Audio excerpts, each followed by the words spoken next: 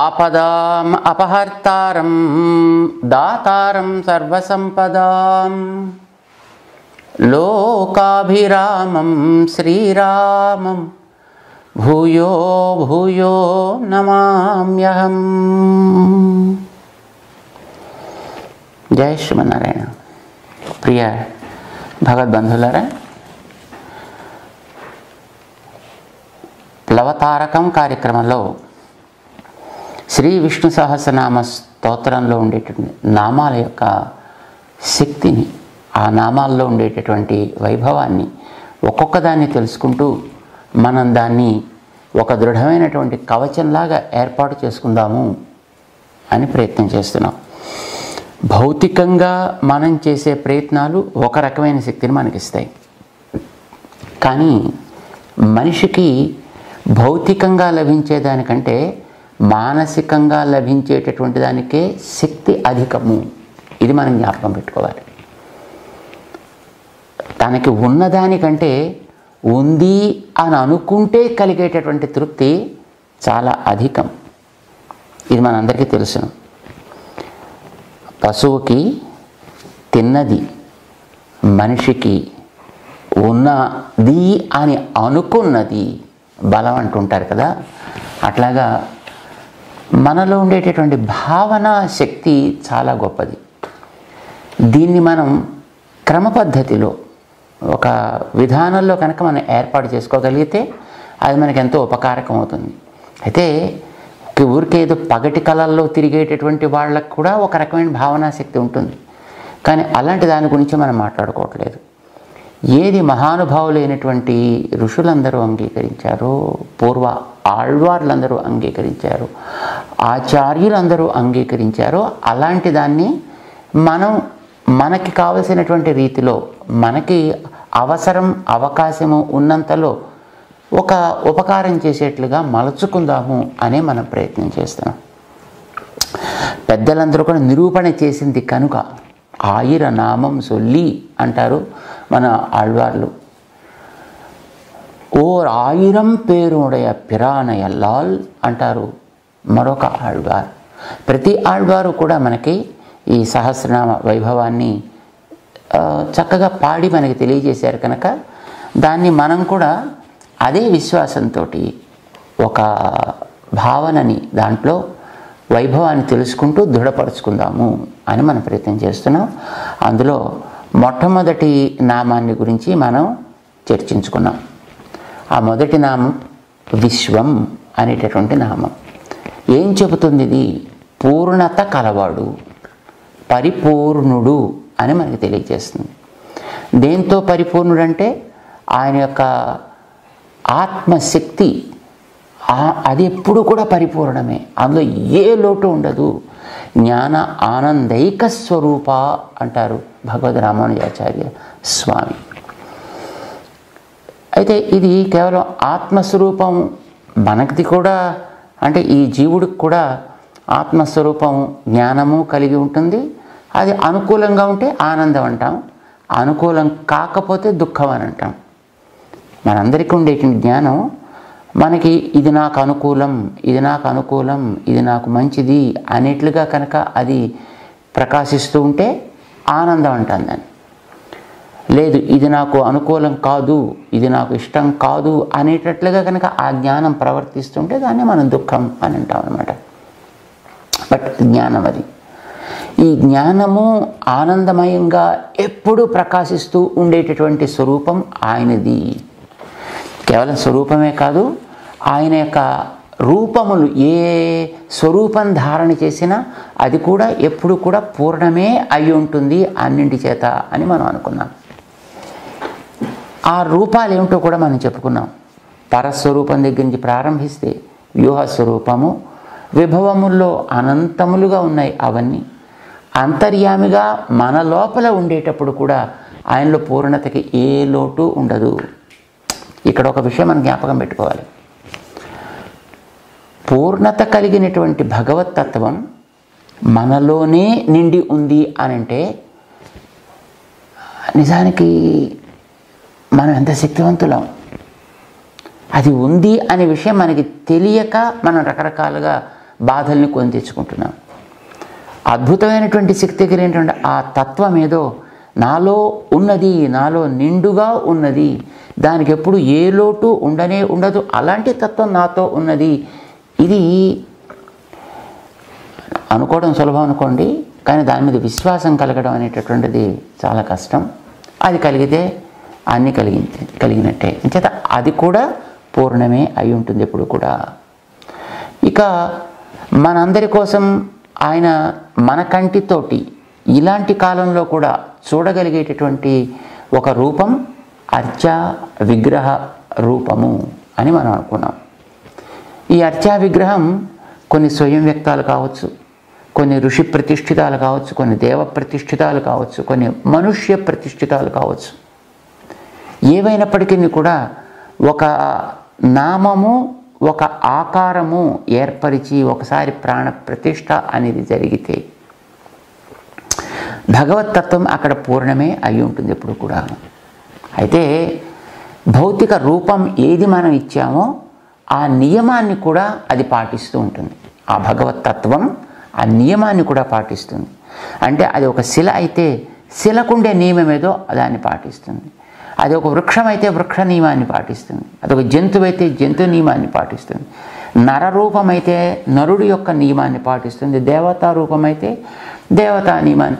ఏ రూపధారణ చేస్తే దానికి ఒక నియమం ఉంటూ ఉంటుంది కదా, దాన్ని పాటిస్తూ ఉంటుంది.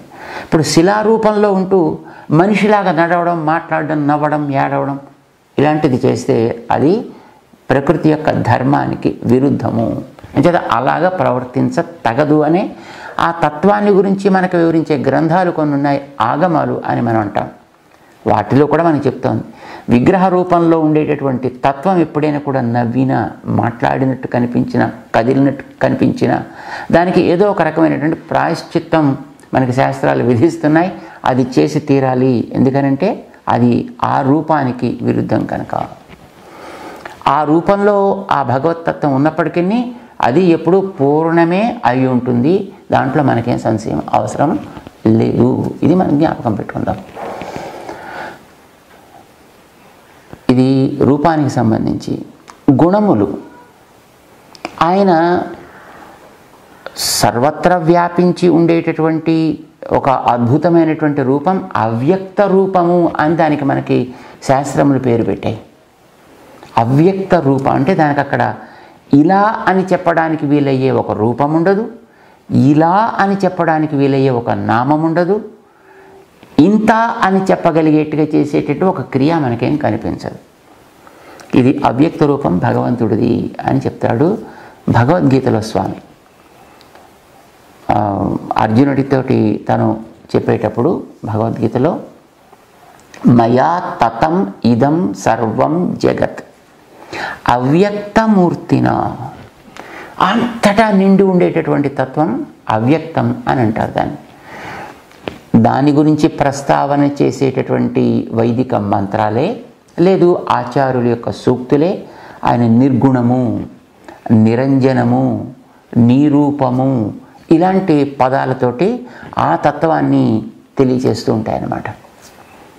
ఇక వ్యక్తమయ్యేటటువంటి రూపాలు ఉంటాయి కదా, అలాంటి రూపాల్లో ఒక్కొక్క రూపము ఒక్కొక్క గుణాన్ని ప్రధానంగా ప్రకాశింపజేయడం కోసం ఈ లోకంలోకి వస్తూ ఉంటుందన్నమాట.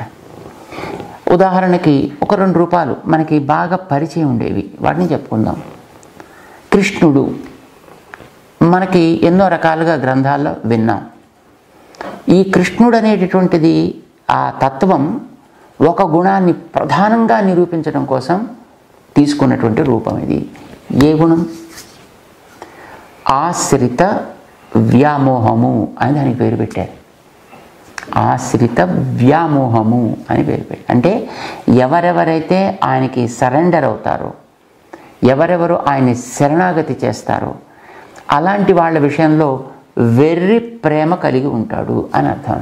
అయితే ఈ శరణాగతి చేయడం అనేది 100% ఉండాలి.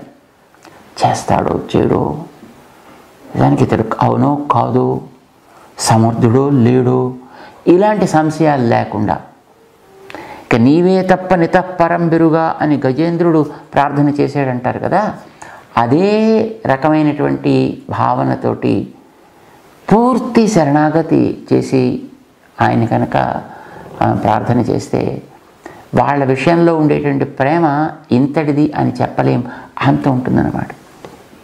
లోకంలో ఉండేటటువంటి వ్యక్తులకైతే ఎవరైనా తను ఆశ్రయిస్తే సరే వాళ్ళకి ఏదో పాపం ఉపకారం చేసి పెడదాంలే అని అలాంటి వాళ్ళ విషయంలో కూడా కొంత ఆశ్రిత వ్యామోహం ఉండొచ్చు. కానీ ఇది తాత్కాలికంగా కలిగేటటువంటి వ్యామోహమే. అది ఏ రకమైనటువంటి గుణం వల్ల కలుగుతుందో మనం చెప్పలేం, అది ఎంతకాలం ఉంటుందో కూడా చెప్పలేం.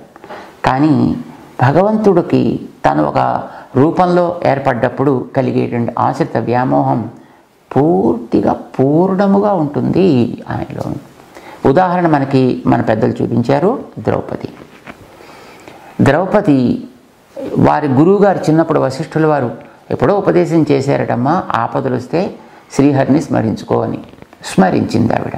పెద్ద ఆపద కదా, సభా మధ్యంలో అంతమంది ఉండేటటువంటి ఆ స్థానంలో తనని వివస్త్రని చేయాలి అని ప్రయత్నం చేసినటువంటి దుర్మార్గుల్ని ఆవిడ పాపం ఇంక ఏ రకంగానూ కూడా దూరం చేయలేక తట్టుకోలేక భగవంతుడిని శరణాగతి చేసింది. గోవిందా అని పిలిచింది ఆవిడ.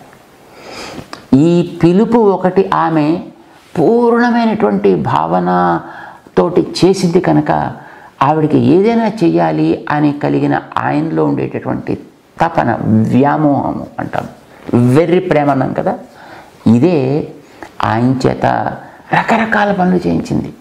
12 ఏళ్ళు వనవాసం చేసేటప్పుడు పాండవులు వెంట ఉండి వాళ్ళని కంటికి రెప్పలా కాపాడుకునేట్టు చేసింది. 1 ఏడాది అజ్ఞాతవాసం చేసేటప్పుడు వెంట ఉండి వాళ్ళని జాగ్రత్తగా సంరక్షించుకునేట్టు చేసింది. యుద్ధం జరిగేటప్పుడు వాళ్ళకి తోడుండి జాగ్రత్తగా 5గురిలో ఏ ఒక్కరి యొక్క తలలో పువ్వు వాడకుండా ఉండేట్టుగా చేసే ఒక అనుగ్రహాన్ని చూపింపచేసింది.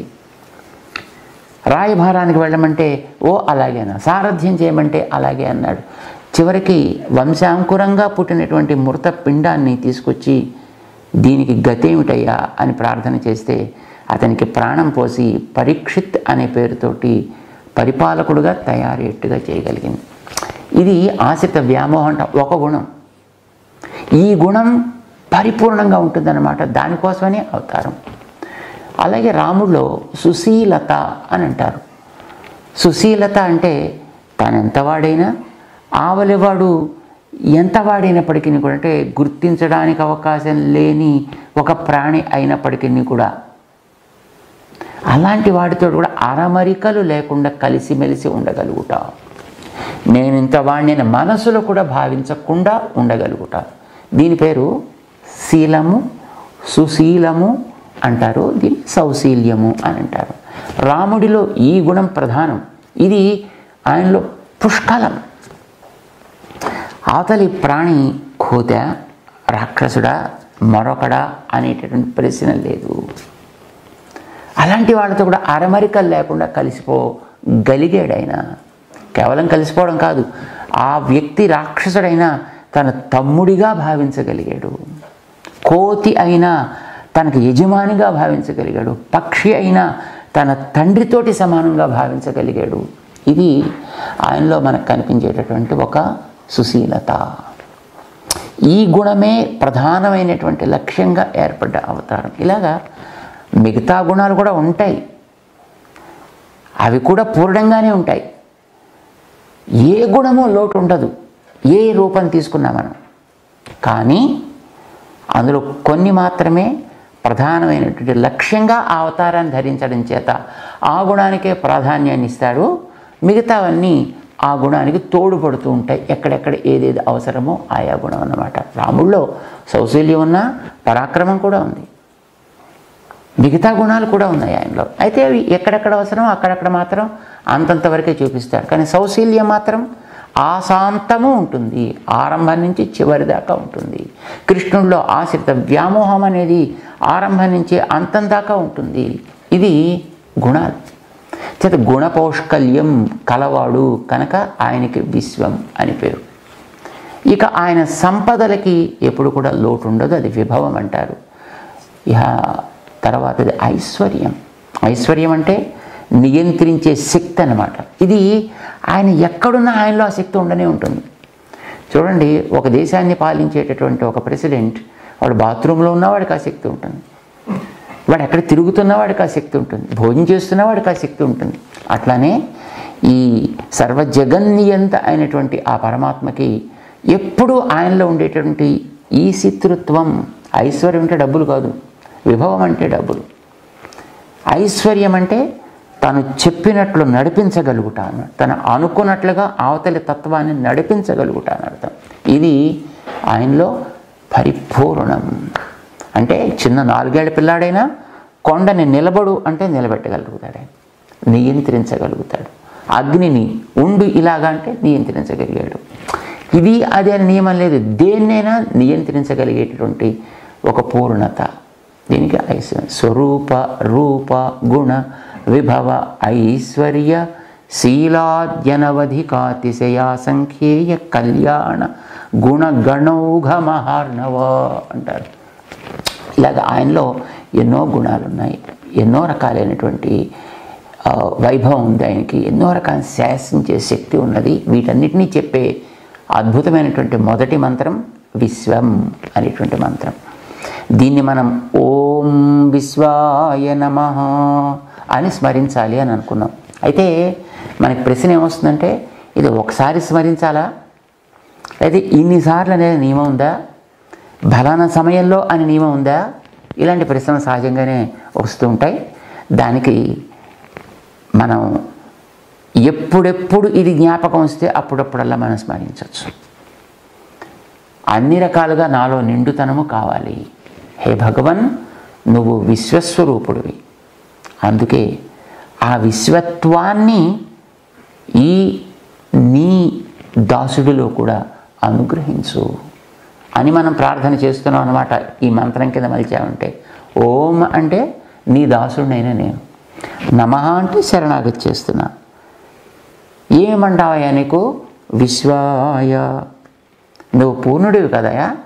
ఆ పూర్ణత ఇందులో కూడా, ఈ నీ అంగంలో కూడా, ఈ నీ అవయవంలో కూడా, నీ భాగంలో కూడా అది ప్రసరించేటట్టు చూడు.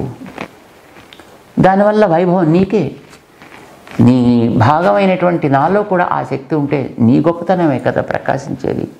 అందుచేత ఆ పూర్ణత నాలో కూడా కలిగించు అని మనం ప్రార్థన చేస్తూ ఎప్పుడైనా దీన్ని మనం స్మరించవచ్చు. మనకి ఆచార్యోపదిష్టమైనటువంటి మంత్రాలు కొన్ని ఉన్నాయి, అలాంటి వాటికి కొన్ని నియమాలు ఉంటాయి. ఇది అందరి కోసం, తాని వక్ష్యామి భూతయే, దీన్ని నరుడైతే చాలు జపించవచ్చు అని ఈ మంత్రాలను జపించడానికి అందరికీ కూడా స్వాతంత్ర్యాన్ని ఇచ్చేశాడు భీష్మ పితామహుల వారు. అందుకే దీన్ని మనం సదా జపిద్దాం. ఇందులో ఉండే ఆ పూర్ణతని తెలిపే ఒక్కొక్క మంత్రాన్ని కూడా క్రమంగా తెలుసుకుంటూ ముందుకు వెళదాం. జై శ్రీమన్నారాయణ. కన్స్ట్రక్షన్ రంగాలలో దశాబ్దపు అనుభవంతో కస్టమర్ల మరియు శ్రేయోభిలాషుల మన్ననలను, నమ్మకాన్ని గెలుపొందిన సంస్థ విఆర్ఆర్ కన్స్ట్రక్షన్స్. నాణ్యతకు నమ్మకానికి మారుపేరు VRR constructions. Independent houses, apartments, villas అన్ని రకాల హంగులతో అలరించే అద్భుతమైన వెంచర్స్ తో పాటు అందరికీ అందుబాటు ధరలో సొంత ఇంటి కలను సాకారం చేసే నమ్మకమైన సంస్థ VRR constructions. Please visit VRR Constructions, Varatex Plaza near Radhika Theatre, ECL X Road, Hyderabad. Call to 9100885551 9100885559.